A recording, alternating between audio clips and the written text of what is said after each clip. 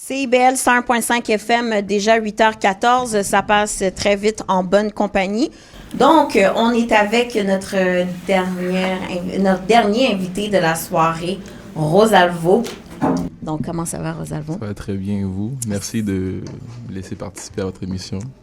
Bien, on va te remercier, toi, de venir passer le mot sur ta musique, tes projets, ta carrière. Donc, on aura la chance d'en parler dans les prochaines minutes.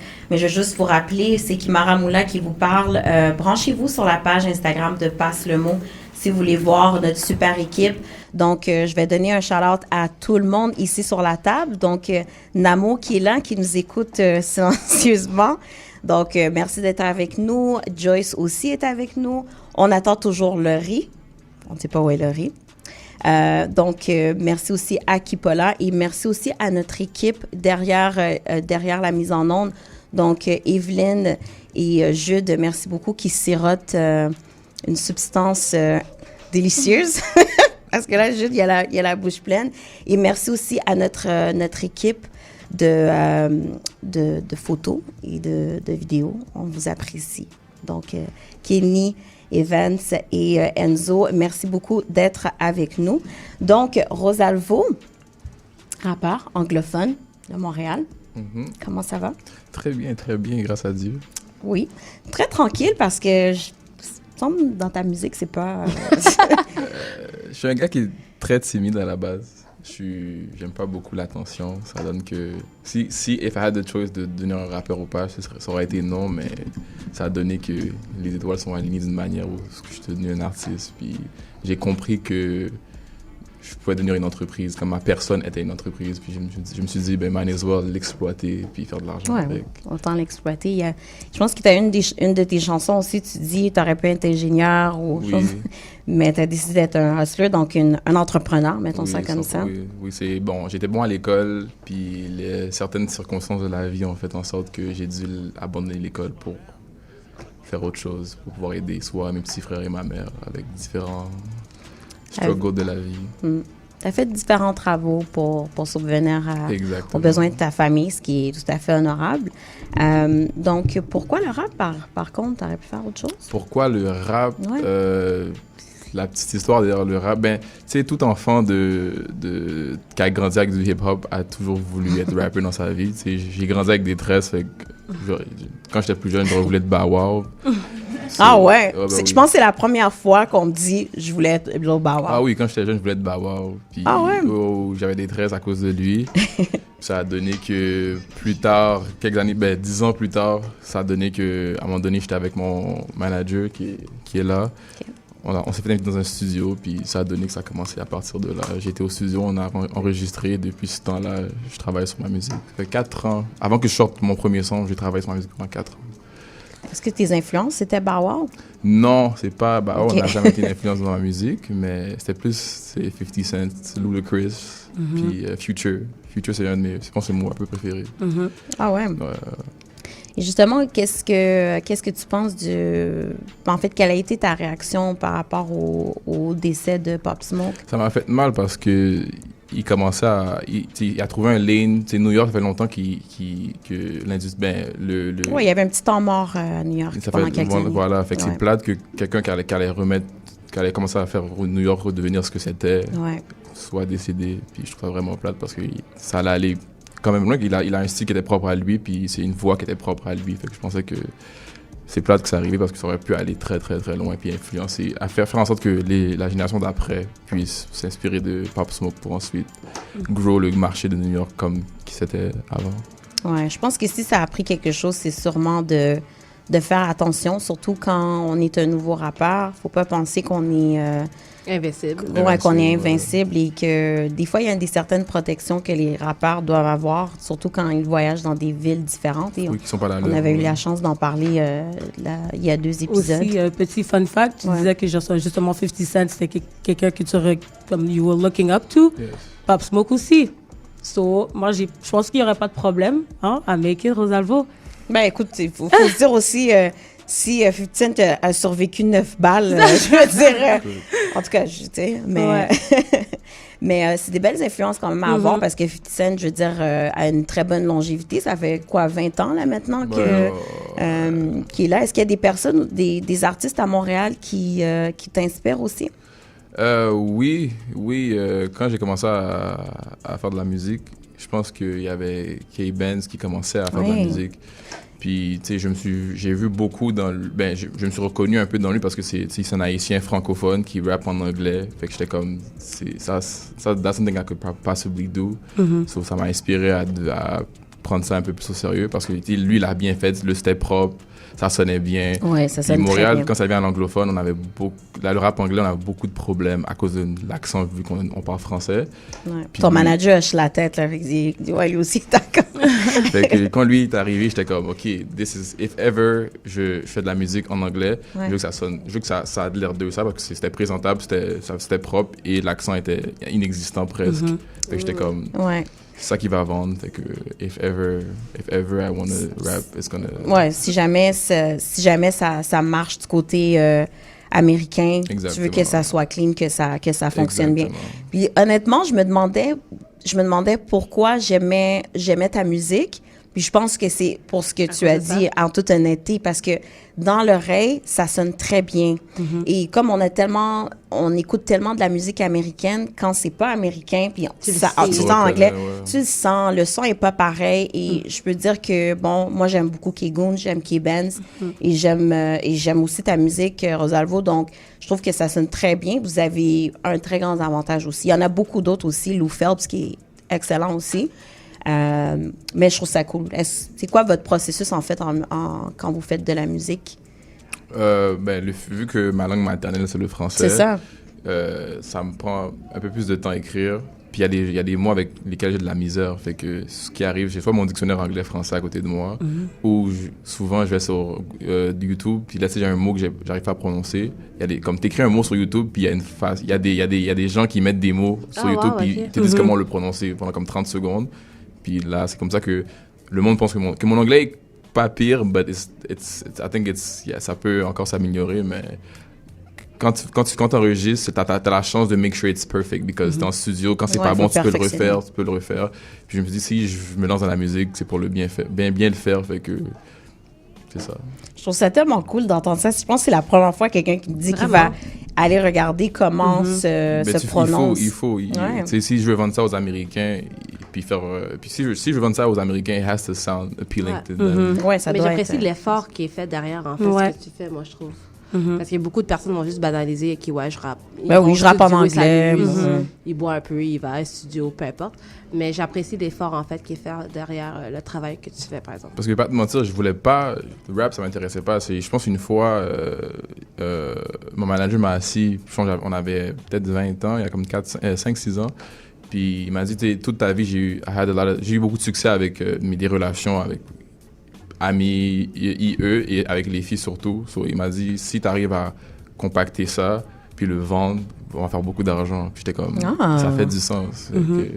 Il dit, si on peut dire, on te met sur un poster, les filles vont voir ça, ils vont aimer, ils vont cliquer. If ever, si tu chantes et tu apprends à perfectionner ton image. Ouais, mais en même temps, t'es pas l'air aux alvos. Tu sais, je veux dire, t'aurais pu avoir la même idée, puis je veux dire, ça aurait pas été le même message. Le bagage génétique que mes parents m'ont donné, ça ouais, tu sais, je pense que c'est ça qu'il disait. Lui, il l'a vu, puis il s'est dit, et si on met ça ensemble, puis on mélange la sauce, ça peut générer des sous. Puis je me suis dit, bon, si je peux faire ci, that's what I could do, and to provide for my family, pour ma famille. Le sacrifice que je vais faire, c'est devenir une superstar, une célébrité. Je voulais pas devenir une célébrité. Tu es un très bon manager, ça je peux te le dire directement. Ouais, mon manager, honnêtement. Gros shout-out au manager. Vraiment, ouais. Ouais, puis justement, on parle souvent d'avoir une bonne équipe, derrière l'artiste. C'est primordial. Avoir une bonne équipe, c'est pas un one-man show, c'est très, très difficile de faire de la musique toute seule. Il te faut une équipe solide, puis sinon, c'est raide, comme ils disent. Quelle place a le manager pour toi dans ta carrière, en fait? Est-ce que c'est lui qui te conseille à peu près sur tout, ou est-ce qu'il fait juste le pont, en fait, entre toi et des compagnies, des producteurs? Parce que nous, moi et mon manager, on a une relation qui est peut-être différente que le manager moyen. C'est comme mon meilleur ami, genre. OK. Fait que lui, il me donne des conseils sur tout. C'est pas juste le pont entre entre un label puis l'artiste. C'est comme un manager de vie. Et là, on se voit à chaque jour, on s'appelle à chaque jour, je suis chez eux à chaque jour. Fait que c'est ça. OK. Moi, j'ai une question directe, en fait, d'un téléspectateur. Oui. Shout-out à The Credit Bay. Il veut savoir si tu penses à faire de la musique en créole bientôt. Je sais pas. I want all the checks. Fait que peut-être que oui. Moi, je pense que c'est bon d'être versatile. Toi, oui. Tu sais, au début, je voulais pas faire de la musique en français. Ouais. Je voulais vraiment Te prendre le concentrer. challenge en anglais. Puis là, ça a donné que un jour, j'étais en studio avec des rappeurs en français. J'ai fait un couplet en français. Puis ça sonnait bien. Fait que je me suis dit, tu sais quoi, on est là pour tous les chèques. On va prendre tous les chèques. Ben oui. It's more money, so je vais le prendre. Et je vais demander à la mise en onde, est-ce qu'on a Mystique avec Shreeze? On l'a? On va la jouer en musique parce que moi, j'ai beaucoup aimé cette chanson-là parce que justement, t'entends Shreeze parler créole. OK. C'est rare. Fait que, en tout cas, tu pourras nous parler aussi de cette chanson-là parce que moi, je veux savoir les affaires mystiques, moi, ça me fait peur. Là. OK? Donc, on va faire une courte pause. On est avec Rosalvo, 8h25, passe le mot. Donc, on revient tout de suite. On va écouter Rosalvo et Shreeze en musique avec la chanson Mystique. Everyday, j'suis au téléphone, j'active des plastiques. Yeah. Sur le terrain, j'ai pris des bâches. Les mêmes baleines, vidées de l'eau, j'suis dans mes cheveux. Ouais, j'ai un actionnaire qui est BL 101.5 FM, bon vendredi à tout le monde. Presque 8h30, déjà 8h28. Et on est en bonne compagnie. On est avec Rosalvo. Et on vient d'entendre sa chanson avec Shreeze qui s'appelle Mystique. Beaucoup de chandelles dans la vidéo. Moi, j'ai un peu peur. Là. C'est quoi ça? Faut pas avoir peur. Je vais vous dire un truc avec le mystique. C'est pas le mystique le problème, c'est la personne derrière le mystique. C'est vrai ça. C'est comme, tu sais, la comparaison que je fais tout le temps. Si tout le monde ici a déjà regardé Harry Potter. Eh oui. Oui. 100%. Ouais. Ben, Harry Potter, il y a Harry Potter puis t'as Voldemort, mais c'est la même magie, la même baguette. Ça dépend qui est derrière la baguette. Ouais. Fait que qui utilise la magie. Si t'es mal intentionné, tu vas faire du mauvais. Si t'as un bon cœur, you might do some good with it. Et toi, t'as? J'ai un bon cœur. Et ma mère m'a toujours appris que c'est moi, j'ai grandi là-dedans. Ma mère m'a toujours appris que tout ce que tu dois demander, c'est de la santé, protection, force, courage et de la patience. Demande rien d'autre. Tout ce que tu demandes qui est un vice will come back. Ça va revenir sur toi. Exactement. Tout ce qui est femme, argent ou ce que l'homme a créé, qui peut être un vice, tu ne demandes pas. OK. Tu laisses Dieu te donner. Sinon, parce que oui, le monde, ils comprennent pas que tout passe par Dieu. Même even though c'est du mystique, ils pensent que le mystique c'est satanique. Non, c'est pas vrai. Ouais. Mais ça c'est moi je suis pas là pour convaincre personne que ce que je fais c'est bon. Ouais, parce qu'il y a des gens qui disent quoi? C'est mon belief à moi. Puis souvent les gens qui critiquent le mystique ne connaissent pas exactement. Il y a des gens ils ont eu des mauvaises expériences. Ça je peux rien y faire. Si t'as une mauvaise expérience avec le mystique, c'est une autre histoire. Mais si tu connais pas et tu es ignorant, fais tes recherches. Après on peut en parler. Au fait, c'est vraiment demande ce que tu ne peux pas contrôler. Tu peux pas vraiment contrôler ta santé en tant que telle. Voilà. Donc, demande vraiment de protéger tout ce que tu peux pas contrôler. Exactement. Pour pouvoir avoir ce que tu peux contrôler. Exactement. Bien dit. C'est vrai, c'est très, Pas très pire, bien ça, dit. pas pire, pas pire. Ah, Joyce avec la parole, Oui. la bonne parole. Des fois, ça sort. Donc, on va parler de quelque chose qui est, en fait, du visuel, parce que Kipola, tu Ouais. trouvais que le visuel de Rosalvo était très intéressant. Ben moi, en fait, en temps normal, quand je regarde justement, que ce soit des artistes, que ce soit des business, peu importe, moi, j'apprécie vraiment un bon plan marketing, une réflexion, en fait, derrière le brand de quelqu'un. J'apprécie aussi quelqu'un qui croit en son art et qui investit dans son art. Puis je trouve que ça paraît ceux qui y croient et ceux qui y croient pas, ceux qui se prennent au sérieux et ceux qui se prennent pas au sérieux. Et quand tu vas, en fait, sur la page de Rosalvo, sur son Instagram, vraiment, c'est très, très propre. Je tiens à te le dire, je te le félicite. Merci. Ça paraît qu'il y a l'effort, en fait, qui a été fait derrière. Puis, en fait, c'est que là, présentement, sur Twitter, moi, je suis beaucoup sur Twitter. Puis hier, en fait, une petite vidéo qui a fait le partage. Le monde en parle un petit peu parce que tu vois Rosalvo en train de catch un stack, c'est ça? Fait que, Donc, il a on fait- va mettre ça juste en français. Donc, qui avait Attrapé une liasse d'argent dans ses mains. OK. Ça fait parler et tout. Ouais. Fait que je voulais savoir, en fait, au niveau du money catch, est-ce que c'est parce que tu as vu que les personnes ont vu la vidéo et puis c'est ça qu'ils ont parlé? Est-ce que c'était fait stratégiquement? Est-ce que c'était toi? Je pourrais pas dire que c'était stratégiquement, mais c'était pensé parce que je me suis... Ben, tu sais, si t'écoutes le premier bar, c'est... c'est quoi le premier bar? En tout cas, je dis que, oui, mon plug est Drew Brees, qui est un quarterback, puis je catch des bags comme Odell Beckham. OK. Odell Beckham. Donc, Odell, c'est quoi son nom? Ouais, c'est ça, Odell Beckham. C'est ça. Donc, c'était une référence que t'attrapes l'argent comme t'attrapes un footballeur. There you go. Puis, I thought ça aurait été fun de le mettre dans la vidéo, puis ça a donné que ça a marché. Ouais. Puis je trouve pour Twitter, c'est fun de voir des petites vidéos comme ça. Là. Comme Twitter, comme c'est nouveau pour moi, j'ai commencé Twitter il y a comme quelques mois, ou peut-être moins que 2 mois. Puis je commence à comprendre, puis Twitter, c'est comme une des meilleures choses. Et vous voyez... Pour propager des choses. Exactement. En fait, je trouve que quand tu le fais naturellement aussi, ça paraît. Puis maintenant que tu me confirmes que c'était fait naturellement, ça fait juste beaucoup plus de sens. Je trouve que c'était bien fait. C'est tasteless. Pas tasteless, mais dans le sens... Tasteful. Ouais. Pardon. ça a du goût. Ça a du goût, pardon. La métaphore était bien faite aussi. C'est une métaphore que la génération d'aujourd'hui peut comprendre. Tu comprends? Donc, je pense que c'est ça qui a vraiment comme attiré tout le monde. Mais t'as suivi, en fait, t'as fait une autre vidéo, je sais pas si c'était sur Instagram ou sur Twitter, que justement t'as attrapé. Oui, mais justement, cette vidéo-là a été prise il y a 2 ans. Ah, c'est drôle que je parle de Odell il y a 2 ans, puis là, 2 ans plus tard, c'est juste drôle, ouais. En tout cas, suivre Rosalvo sur les réseaux sociaux, ça vaut la peine. C'est sûr. Donc, Rosalvo, on va parler un petit peu de sujets, en fait, que Jace a préparé pour toi, mais parle-nous un petit peu de qu'est-ce qui s'en vient pour toi en 2020, les projets. J'ai un projet qui s'en vient. Je pense qu'il y a 11 chansons dessus. OK. Ce serait dû pour peut-être le mois d'avril. Le mois d'avril. OK. Et puis, c'est ça, un projet en anglais. Le français, je sais pas qu'est-ce qu'on va faire avec pour l'instant. Mais je pense que je vais m'aventurer dans les 2 langues. Mais ma priorité va rester l'anglais. Mais je vais m'aventurer dans les 2 langues parce que, comme j'ai dit, je veux tous les chèques. Oh, OK. C'est comme ça aussi. Il faut être très polyvalent dans sa musique. Ouais. Et est-ce qu'il y a des collaborations spéciales ou peut-être des producteurs aussi de musique avec qui tu vas collaborer? Ben là, je travaille avec Landy Dupuis qui a produit Que du sale de Damso. Oui. J'ai Hypnotic avec qui je travaille aussi, Yannick. Qui d'autre que j'ai? J'ai KM qui m'enregistre, qui enregistre les 3 quarts de mon catalogue. C'est aussi un peu doux. C'est lui qui a fait Mystique. Oui. Il a fait Mystique. Super bon. Et puis, c'est quelqu'un qui a une grande part dans le développement que j'ai en tant qu'artiste. Parce que à la base, c'est un musicien, il fait du piano. Puis souvent, il y a des ingénieurs qui savent tout ce qu'ils font, c'est vraiment appuyer sur des boutons. Puis il y en a d'autres que...